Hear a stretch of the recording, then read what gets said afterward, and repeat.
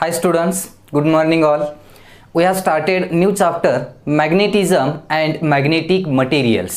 Last व्हिडिओमध्ये आपण 11th मॅग्नेटिझमचा जो काही पार्ट स्टडी केला होता तो रिवाइज केलेला आहे. आय होप तुम्ही सगळ्यांनी हा टॉपिक स्टार्ट करण्याआधी तो पार्ट रिवाइज केला असेल, त्याचा नक्कीच फायदा होईल. आजच्या लेक्चर पासून आपण 12th मॅग्नेटिझम सेक्शन स्टार्ट करतोय. In State Board textbook, the title of this topic is given as magnetic materials, and in NCERT textbook, the title of this topic is magnetism and matter. In this chapter, we will learn about these following terms. Okay, in this chapter, we will discuss about the torque acting on a bar magnet placed in an external magnetic field. Then we will discuss about magnetic potential energy of a bar magnet or magnetic dipole, oscillations of a bar magnet in a magnetic field. Two टाइपची magnetic equipments आहेत ज्यामध्ये vibration magnetometer, tangent गॅल्व्हॅनोमीटर आणि त्याचे applications आपण study करणार आहोत. Then we will learn about the magnetic dipole moment of a revolving electron. Then we will discuss about some basic terms that these terms are very useful in the magnetism. Those terms are magnetization, magnetic intensity, susceptibility. या काही different basic terms आहेत, त्याला हे आपण study करणार आहोत. And then we will discuss about the different types of magnetic materials like diamagnetic, paramagnetic and ferromagnetic substances and their different properties. Okay, हा एवढा सिलेबस आपण या चॅप्टर मध्ये स्टडी करणार आहोत. एक इझी आणि सिंपल टॉपिक आहे आणि स्मॉल आहे. नीट जे पॉइंट ऑफ विचार केला तरी स्मॉल आहे. थोड्याशा कन्सेप्ट आहेत, व्यवस्थित जर प्रिपेअर केला तर क्वेश्चन सॉल्व करता येतात. या सेक्शन वरती नीट जे मध्ये एक क्वेश्चन विचारला जाऊ शकतो.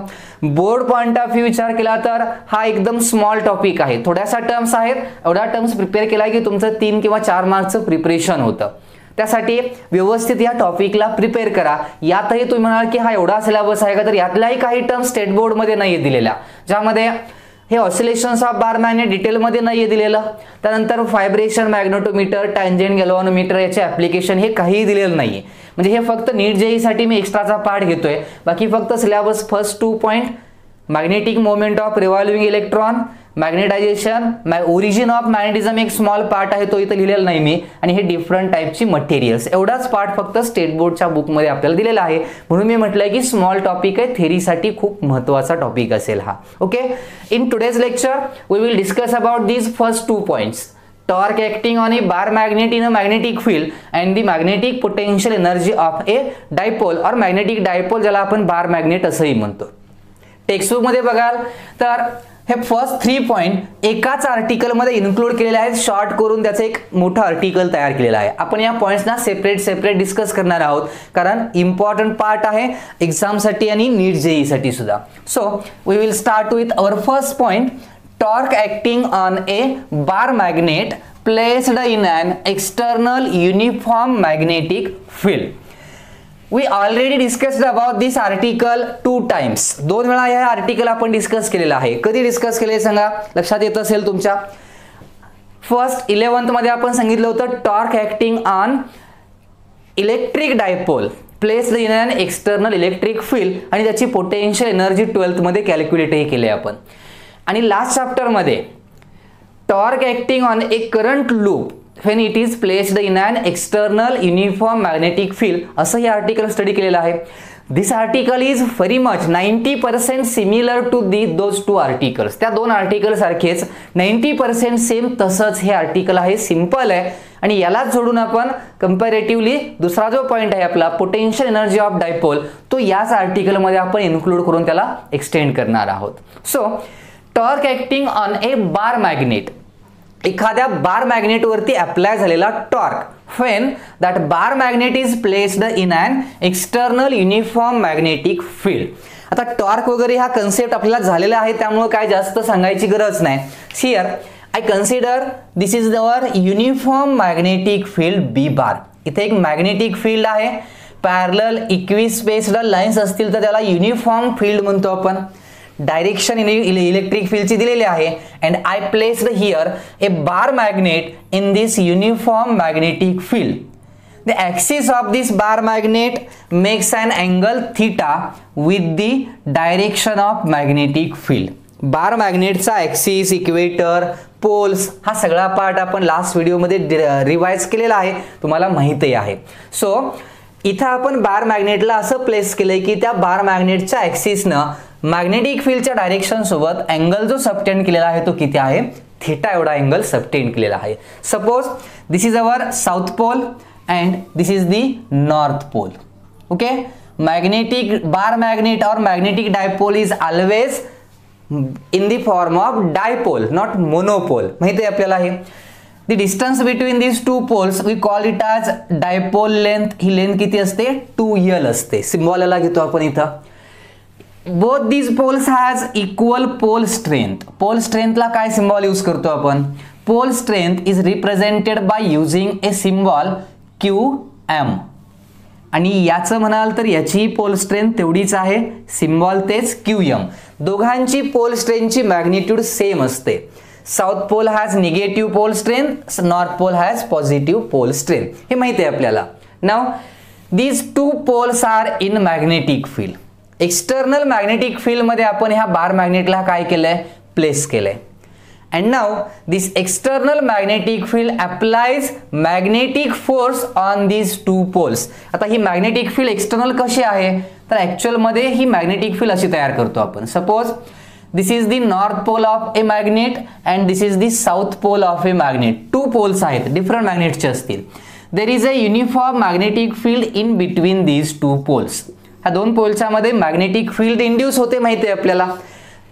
हे जे दाखवलेलं आहे इथलं डायग्राम मध्ये तेच इथं मी घेतलेले. This is our uniform magnetic field. Okay, ही डायग्राम मध्ये दिले. मग इथं हे पोल्स दाखवलेत का, तर इथं दाखवायची गरज नाही, आपल्याला माहित असते magnetic field is always directed from north pole to south pole. त्यामुळे हे पोल्स दाखवण्याची गरज नाही म्हणून इथं दाखवले नाहीत, पण ते असणार आहेत. म्हणजे इकडं कोणता पोल असला पाहिजे, इमॅजिनरी साऊथ पोल, इकडे इमॅजिनरी कोणता पोल आहे, नॉर्थ पोल. आणि या दोघांच्या मध्ये असलेली ही एक युनिफॉर्म काय आहे, मॅग्नेटिक फील्ड आहे, असं सरळ कन्सिडर करा. मग याचा आपल्या इथं जर यूज केला, then the poles of this bar magnet, हा जो बार मॅग्नेट आहे, both the poles of this bar magnet experiences a force, attraction किंवा रिपल्शन. दोघांवरती ही मॅग्नेटिक फील्ड काय अप्लाय करते, फोर्स अप्लाय करते. सिंगल फोर्स असेल का, टू फोर्सेस असतील तर टू असतील. First consider north pole. North pole has pole strength Qm. This north pole is repelled by this north pole and attracted by this south pole. Therefore, this north pole experiences a force in this direction. या direction न इकडं असा हा north pole वरती काय apply होतो, force apply होतो. What is the formula used to find the magnetic force. Electric फोर्सचा फॉर्म्युला तरी माहित आहे, F इक्वल टू QE असतो. Similar to this magnetic force, हा इलेक्ट्रिक फोर्स झाला. Magnetic force acting on a pole of pole strength Qm is obtained by using this formula. F bar equal to Qm B bar. Electric field फक्त replace केली magnetic field ना, charge replace केला pole strength ना. लक्षात येत असेल तुमच्या comparison तुम्ही बघितलेला आहे इलेक्ट्रिक फील्ड मॅग्नेटिझमचं. So this amount of magnetic force is applied on this north pole. So the magnitude of this force is pole strength into magnetic field QmB. and it is in this direction, इकडं आहे लक्षात येते. but this south pole also experiences a force in the opposite direction. या direction ने इकडं, because this north pole attracts south pole, this south pole repels south pole. Therefore the direction of the force experienced by this south pole is against the direction of magnetic field and its magnitude is same QmB. दोन्ही फोर्सची magnitude same आहे, direction opposite आहे. One force is in the direction of magnetic field and other force is against the direction of magnetic field. आणि मग इथं या magnet वरती किती फोर्सेस अप्लाय झालेत, two equal but opposite forces, equal in magnitude, opposite in direction, acting at different points. म्हणजे तुमचं हे ऑब्जेक्ट आहे and if one force is acting at this point in this direction, other force is acting at this point in this direction, then these two equal and opposite forces acting at two different points forms a couple. त्याला काय म्हणतो आपण, couple म्हणतो. आणि त्या couple मुळे ह्या object मध्ये काय येते, मूवमेंट येते. हे ऑब्जेक्ट काय होणार, रोटेट होणार, आणि यालाच काय म्हणतो आपण, त्या मोमेंट ऑफ कपलला काय म्हटलं होतं आपण, टॉर्क म्हटलं होतं. That was our torque. याचा अर्थ या बार मॅग्नेट वरती इथं काय अप्लाय झालाय, टॉर्क. टॉर्कलाच आपण दुसरा वर्ड यूज करतो, मोमेंट ऑफ कपल, किंवा सिम्पली कपल असाही वर्ड असतो. Couple stands for couple of forces. Torque, we use symbol tau for this torque and its formula is magnitude of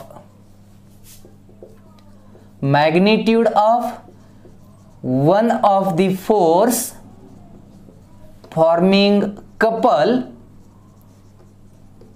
म्हणजे ह्या टू फोर्सेस पैकी कोणत्याही एका फोर्सची मॅग्निट्यूड घ्यायची आहे आपल्याला, into perpendicular distance between two forces. This is the formula used for torque. टॉर्कची बेसिक डेफिनेशनच आहे ही.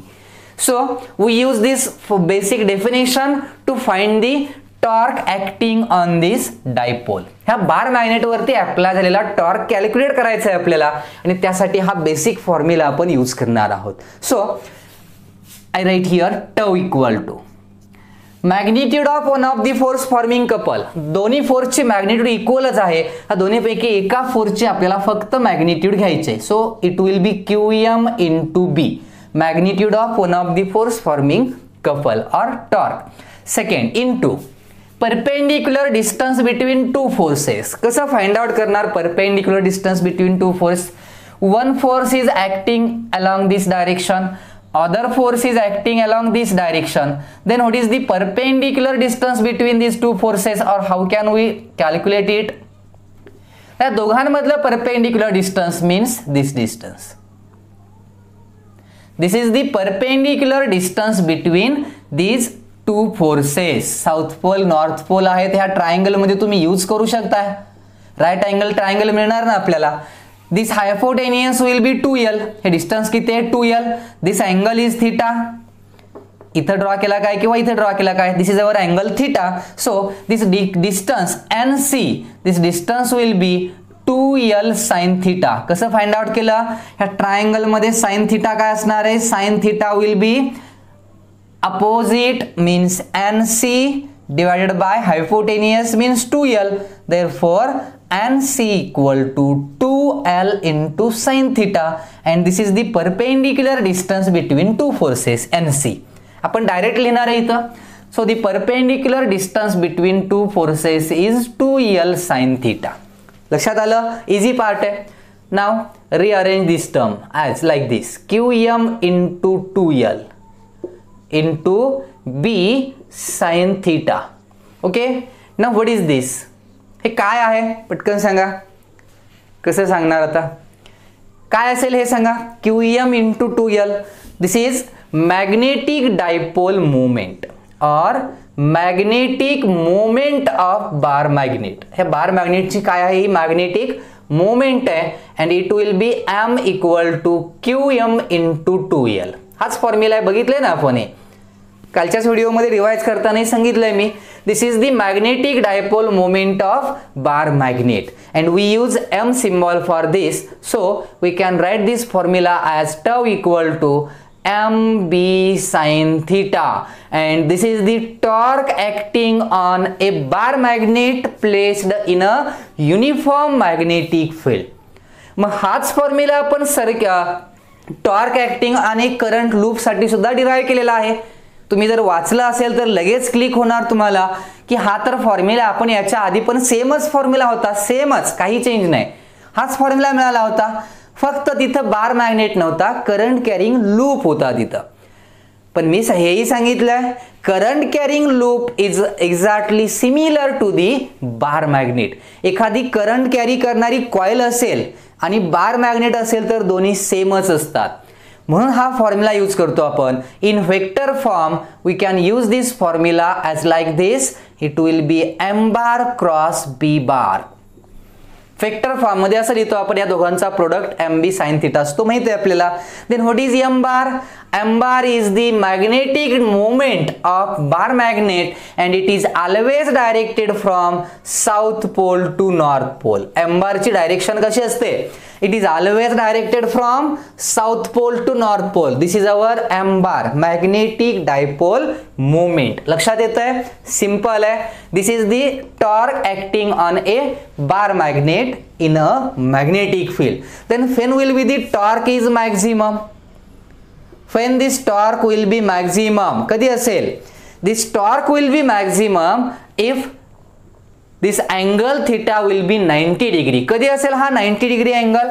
When this bar magnet rotates and it will be, its axis will be perpendicular to the direction of magnetic field. जर ह्या बार मॅग्नेटचा axis magnetic फील्डच्या डायरेक्शनला perpendicular असेल त्यावेळी आपण म्हणू शकतोय टॉर्कची sin 90 व्हॅल्यू किती असणार आहे?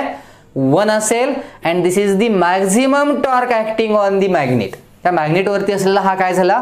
Maximum torque. Then what will be the minimum torque? Minimum कधी असेल? when the angle between dipole axis and direction of magnetic field is 0.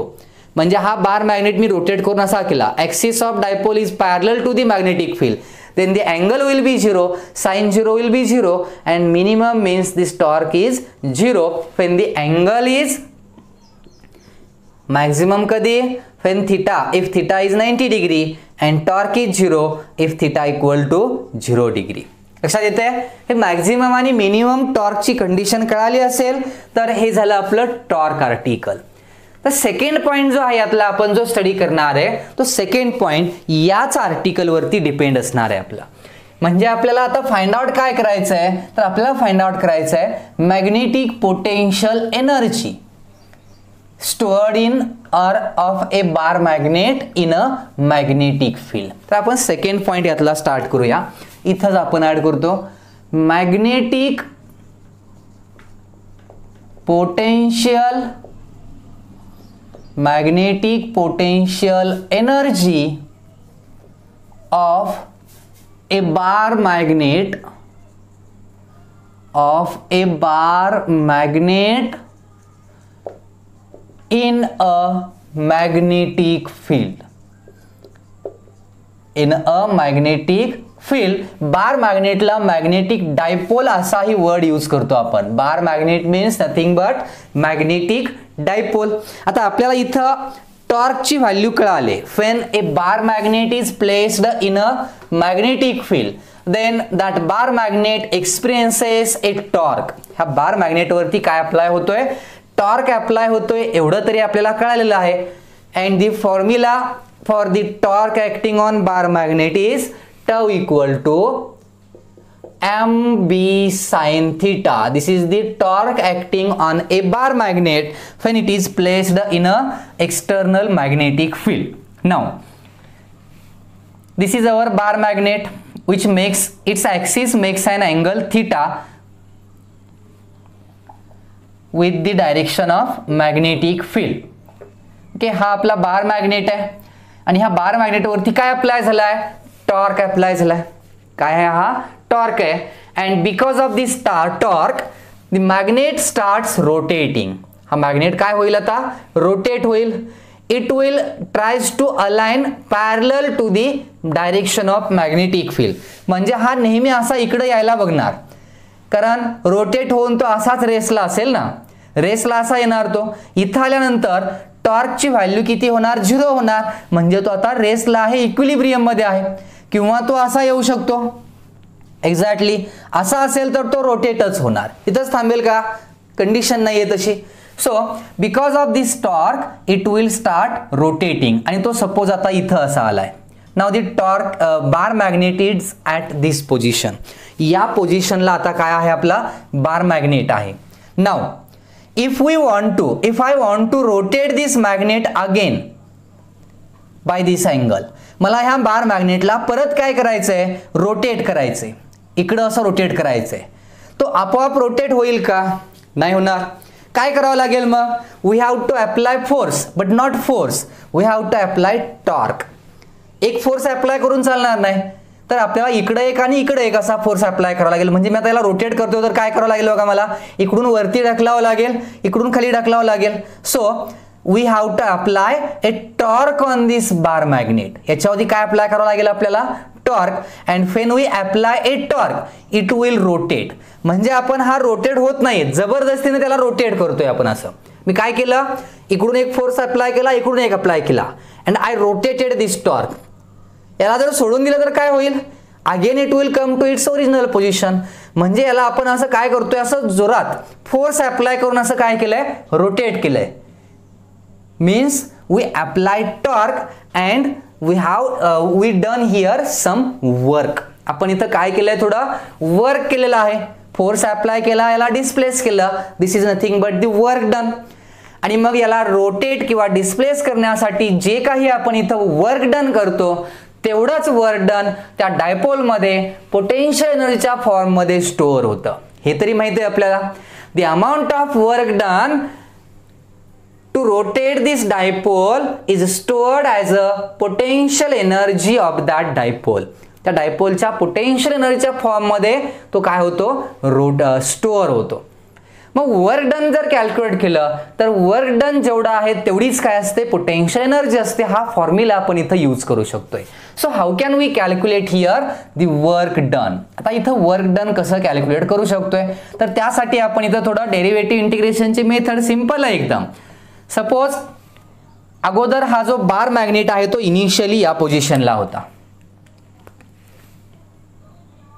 Suppose the magnet initially the magnet is at this position. काही असेल angle हा इथं होता. This is first position and this is second position. So magnet सुरुवातीला इथं आहे. Bar magnet, our magnet is here and its axis makes an angle θ1 with the direction of magnetic field B bar. सुरुवातीला या बार मॅग्नेटच्या ऍक्सिसनं field सोबत केलेला angle किती आहे, theta. हा इनिशियल अँगल झाला. Now I have to rotate this magnet from this position to this position. इथपर्यंत म्हणजे मला मॅग्नेटला इथून इथपर्यंत रोटेट करायचंय. सपोज हा सेकंड अँगल जो आहे, दिस अँगल विल बी θ2. म्हणजे इनिशियल पोझिशन मॅग्नेटची आहे त्यावेळेचा अँगल θ1 आहे. रोटेट केल्यानंतर मॅग्नेटचा अँगल किती आहे, θ2. So here we rotate this bar magnet from angle θ1 to θ2. हे आपलं लिमिट आहे, लक्षात ठेवा. डिस्प्लेसमेंटचं लिमिट θ1 टू θ2 या रेंजमध्ये आपण मॅग्नेटला काय करणार आहोत, रोटेट करणार आहोत. आपोआप होणार आहे का, काय करावं लागेल, we have to apply a force, not force, we have to apply a torque. म्हणजे आपल्याला ह्या बार मॅग्नेट वरती काय अप्लाय करावं लागेल, टॉर्क अप्लाय करावं लागेल. किती, एवढाच करावं लागेल ना, याच्यावरती आहे तेवढा त्याच्या अपोजिट करावं लागेल. So we have to apply a torque on this magnet and when we apply a torque then this magnet gets displaced. हा मॅग्नेट काय होईल, डिस्प्लेस. कसली डिस्प्लेसमेंट आहे ही, लिनियर मोशन आहे का, रोटेशनल मोशन आहे. This is the rotational motion. So it will displaced with angle. Angle मध्ये displace होईल का, मीटर मध्ये होईल. It will displaced in angle. आणि सपोज आपण ह्या बार मॅग्नेटला एका स्मॉल अँगलनं डिस्प्लेस केलं, टोटल नाही घेतलं आम्ही, मी याला थोडं डिस्प्लेस केलं इथून इथपर्यंत. Okay, I displaced this bar magnet from this to this and I displaced that small displacement is represented by using symbol d theta. मी एका स्मॉल अँगलनं d theta एवढ्या अँगलनं याला काय केलं, रोटेट केलं. तर मग हा प्रोडक्ट काय असेल, टॉर्क मीन्स फोर्स. टॉर्क म्हणजे एक फोर्स, एक couple of forces असतात and this is displacement. So force into displacement means torque into displacement is nothing but a torque, sorry, work done. Force into displacement ला काय म्हणतो आपण, work done. But this is a small work done, so we call it as dW. Now what is dW? dW is a small amount of work done in rotating dipole by a small angle d theta. d theta एवढ्या small अँगलनं डायपोलला rotate करण्यासाठी आपण जेवढं काही work done केलंय त्याला काय सिम्बॉल यूज केलंय, dW. So here to find total work done, total work done can be obtained by integrating this equation dW. So we integrate this equation within limit θ1 to θ2 tau d theta. This is our total work done. Okay, θ1 to θ2 limit कळालं असेल. इथून इथपर्यंत थीटाची value change होणार, θ1 पासून θ2 पर्यंत. So use the value of torque, integration theta 1 to theta 2. What is torque? It is mb sin theta, okay, into d theta. So take the constant term outside the integration, mb theta 1 to theta 2 sin theta d theta. What is the integration of sin theta? Integration of sin theta is minus cos theta. So I write here minus mb आणि integration ची value काय, cos theta, minus cos theta असतं. Integration of sin theta is minus cos theta and its limits are theta 1 to theta 2. So use limits minus mb, upper limit first use करतो आपण cos theta 2 minus cos theta 1, and this is the formula used to find the amount of total work done. आणि जेवढा आपण work done करतो that work done will be stored as a potential energy. So the potential energy of dipole U will be minus mb cos theta 2 minus cos theta 1. This amount of energy is stored in a magnetic dipole. त्याच्यामध्ये एवढी amount of energy काय होते, store होते. पण question solve करताना याच्या ज्या different conditions आहेत त्या कंडिशन्सही समजून घेणं खूप गरजेचं आहे. का तर इथं ह्या एनर्जीला, ही एनर्जी मॅक्झिमम किती असेल, मिनिमम किती असेल, झिरो कधी असेल, याही कंडिशन समजणं गरजेचं आहे. आता इथं मिनिमम निगेटिव्ह साइन असल्यामुळं it's minimum energy is in the form of negative energy, आणि मॅक्झिमम पॉझिटिव्ह आहे, मिनिमम निगेटिव्ह आहे, आणि याची झिरो असते. पण एनर्जी, पोटेन्शियल एनर्जी झिरो म्हणजे मिनिमम एनर्जी नाहीये. एनर्जी झिरो असेल तर ती त्या डायपोलची मिनिमम एनर्जी नाही असं मी म्हटलंय, कारण ती निगेटिव्ह मध्ये असते. याचा अर्थ ती व्हॅल्यू मिनिमम झाली, झिरो नाही. त्यामुळं याची जी एनर्जीची व्हॅल्यू आहे ती चेंज कशी होते हे थोडं व्यवस्थित आता समजून घ्या. आता चेंज होताना अँगलच्या पोझिशन किती चेंज होऊ शकतात, काय काय असू शकतात बघा. सपोज हा थीटा 1 म्हणजे अँगल जो आहे तो इनिशियली इथं असता तर, बार मॅग्नेट असा असता तर काय झालं असतं, दिस थीटा 1 विल बी 0, आणि रोटेट करून मी याला इथून इथं आणलं असतं तर असं, नाव थीटा 2 विल बी 90 डिग्री, हे घेता आलं असतं, काही घेता येऊ शकतंय. इनिशियल अँगल थीटा 1 आहे अँड फायनल अँगल काय आहे, थीटा 2 आहे. आणि मग जनरली जेवढे काही या पार्ट वरती एग्जाम मध्ये क्वेश्चन्स विचारले जातात, in all that question initially the bar magnet is considered as perpendicular to the direction of magnetic field. म्हणजे ह्या बार मॅग्नेटचा ॲक्सिस हा मॅग्नेटिक फील्डच्या डायरेक्शनला इनिशियली परपेंडिक्युलर आहे असं आपण कन्सिडर केलं. सपोज थीटा 1 इज 0, थीटा 1 ची व्हॅल्यू जी आहे ती काय आहे, सॉरी 0 नाही, किती value, 90 degree. Suppose theta 1 is 90 degree means initially the bar magnet is at this position, या पोझिशनला बार मॅग्नेट आहे. So at this position potential energy of bar magnet is considered as 0. या पोझिशनला बार मॅग्नेटची पोटेन्शियल एनर्जी ही किती consider केली जाते, 0. आता 0 का हे तुम्हाला आणखी पुढे गेलं काही समजेल की 0 म्हणजे ही स्मॉलेस्ट नाहीये. Bar magnet, when this bar magnet is at this position, म्हणजे ह्या मॅग्नेटिक डायरेक्शन ऑफ मॅग्नेटिक फील्डला बार मॅग्नेटचा ॲक्सिस जर परपेंडिक्युलर असेल तर पोटेन्शियल एनर्जी ह्या बार मॅग्नेटची 0 असते असं म्हटलंय मी. Now if we take these conditions then we can write this formula as U equal to minus mb. What is theta 2, इथं असं कन्सिडर करूया आपण. Suppose theta 1 is equal to 90 degree and theta 2 is simply theta. Theta 1 90 degree आहे initially आणि theta 2 काही असेल एक theta angle, then we can write this as mb cos theta. याला आपण इथं काय केलंय तर mb, हे दोन कंडिशन आधी लक्षात घ्या. Suppose theta 1 is 90 degree, so cos 90 will B 1, sorry cos 90 is 0 and theta 2 is any angle theta, so we can write this potential energy equal to minus mb cos theta, and this is the formula used to find magnetic potential energy in any orientation. कुठल्याही orientation मध्ये असताना ह्या बार मॅग्नेटची magnetic potential energy आपण या फॉर्म्युलाचा use करून calculate करू शकतोय. मग हा कसा यूज करता येईल, तर यामध्ये डिफरंट कंडिशन्स आहेत आणि तो कसा चेंज होणार हेही लक्षात ठेवा. पोटेन्शियल एनर्जी कुठल्या फॉर्ममध्ये चेंज होऊ शकते. Now here if theta means इथला थीटा म्हणजे ऍक्च्युली कोण आहे आपला, थीटा 2 आहे हे विसरायचं नाही. सपोज इनिशियली बार मॅग्नेट कसा आहे लक्षात ठेवा. आपला बार मॅग्नेट असा प्लेस केला आपण perpendicular to the magnetic field आणि त्याची पोटेन्शियल एनर्जी किती आहे म्हटलंय आपण, 0 आहे असं म्हटलंय. Suppose case 1 if theta is 0 degree, थीटाची व्हॅल्यू काय असेल 0 मीन्स थीटा 2 इज 0. म्हणजे आपण याला काय केलं तर इनिशियली असा आहे हा थीटावर 90 डिग्री झाला. नाव याला मी इथं असं केलं, its north pole is here and its south pole is here. Okay, याला मी असं रोटेट केलं. Now the angle theta will be 0.